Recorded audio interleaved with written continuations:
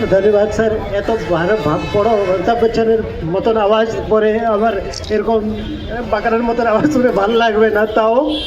So thank you Apurna, thank you sir. He is the greatest chess player ever India has produced. আমরা কয়েকবার কথা বলেছি, আমি বললাম কতবার একই কথা বলবো আমি, কিন্তু তাও ভাবলাম কি আজকে আপনাকে রিভিশন করিয়ে দিই টেরি ফক্সের কথা। জানি না কতজন কেউ শুনেছে আগে টেরি ফক্সের কথা? না, তো শুনো ভাই, আর মন দিয়ে শুনিও, এটা আমার কথা নয়। টেরি ফক্স 1958-এ তার জন্ম হয়েছিল, কানাডাতে হয়েছিল। 4টা বাচ্চা ছিল পরিবারে, he was the third child of the family. যখন ছোট ছিল একদম আমার মতন তোমার মতন দেখতে সামান্য লাগতো।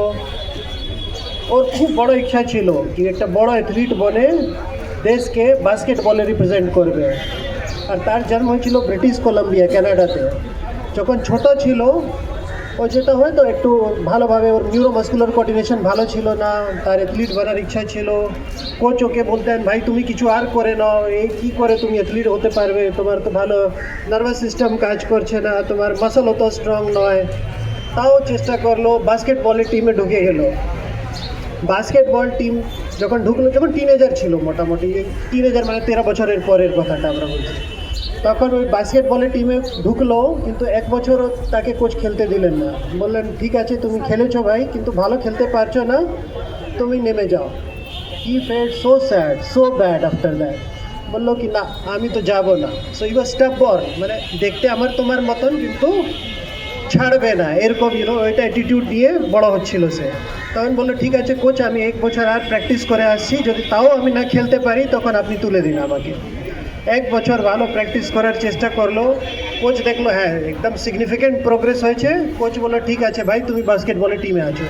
তাও he was not a star player. ওর ইচ্ছা ছিল কানাডার বাস্কেটবলের টিমে ঢুকবে। আর ওইদিকে তো কানাডা আমেরিকা যে তোমরা পরে পৌঁছতে পারবে, ওখানে পাবে, ওখানে বাস্কেটবল বেশ বড় স্পোর্ট হয়, যেরকম আমার দেশে ক্রিকেট, ওইদিকে বাস্কেটবল হয়।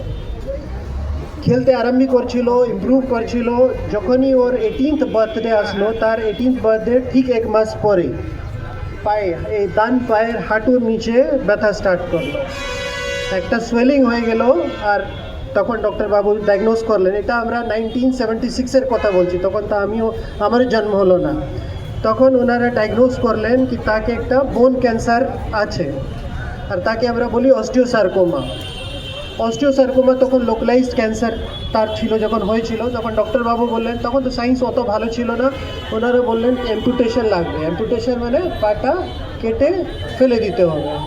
তখন ওর এবার অ্যাম্পুটেশন মানে নির উপরে, আর তার মানে নির উপরের থেকে পুরো পাটা, ডান পাটা কেটে দেওয়া হলো। ড্রিম কি হলো, স্যাটার্ড হয়ে গেল। বাস্কেটবল প্লেয়ার তো তারপরে হতে পারবে না ভাই। তখন সার্জারিটা হয়ে গেল। আর সার্জারি হওয়ার পরে 16 মাস তার কিমোথেরাপি চলেছিল। যখন তার কিমোথেরাপি চলতো, যখন ওয়ার্ডে অ্যাডমিট থাকতো, অস্টিওসার্কোমা ছোটো ছোটো বাচ্চাকে হয়, মানে এই যে এজ তোমার আছে প্রায় ওই এজে অস্টিওসার্কোমাটা ডায়াগনোস হয়। তখন